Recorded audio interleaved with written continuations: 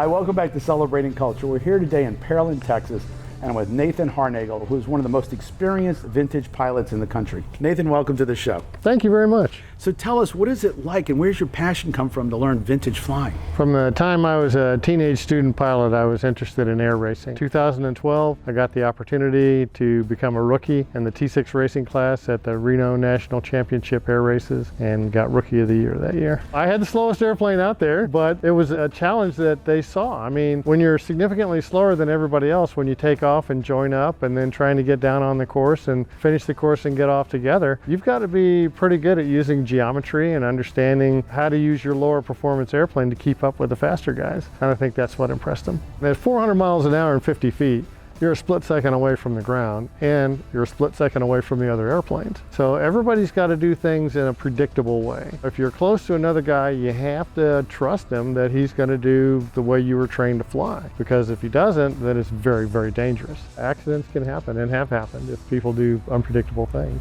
The races back in the old days, they had some that were very long, like hours long. We don't race like that anymore, so it's about an 8-mile course. There's a set of pylons out there. There's about 8 or 9 pylons plus the home pylon.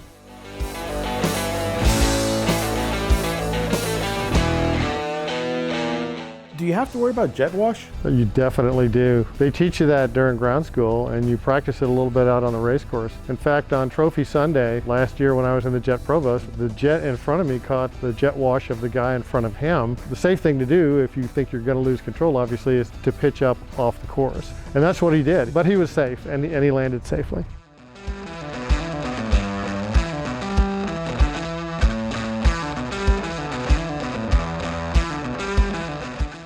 I think air racing began pretty much as soon as there were 2 airplanes in the air. There's races that go back to like 1909 when they would barely get up in the air and they'd race each other at 30 miles an hour.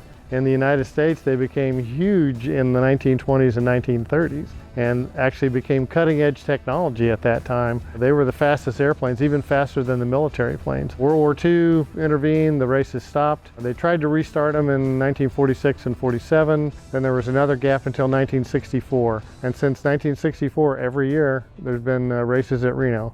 When you're flying your plane, do you reflect that 70 years ago, a serviceman was flying the same plane in a mission during World War II? How can you not? I mean, you're flying along in a P-40 Warhawk and you look out this way and you look out this way and you see those wings out there. And you know, as a kid, you built models of them and you've seen all the pictures and watched the movies. How could you not think about the World War II guys? It's really a refreshing experience to come here and see planes that we were flying back 70 years ago. Still moving around and flying just like they were, it's almost impossible. It's really a gratifying experience.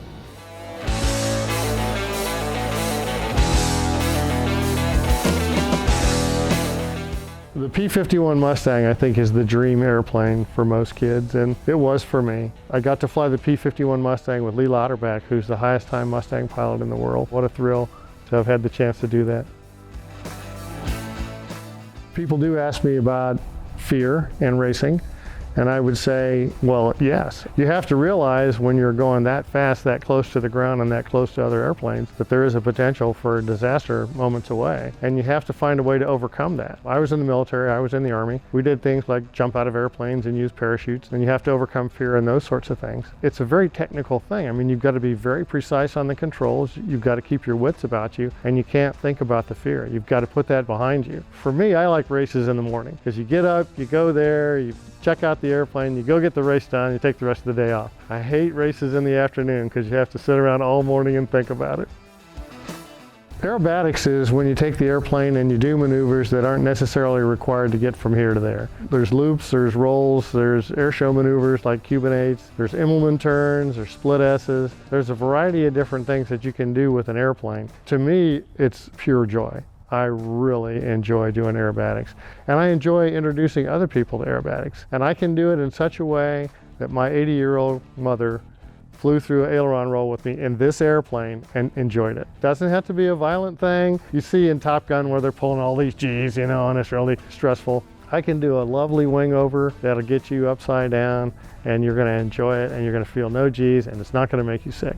Nathan, I want to thank you for being on the show. If someone wants to learn more or wants to contact you, Yeah, I've got a website that's associated with my airplane that's called Texan Flight. We give rides and instruction in my airplane, and South Texas Air Racing is linked to Texan Flight. stay tuned. We'll be right back with more of Celebrating Culture.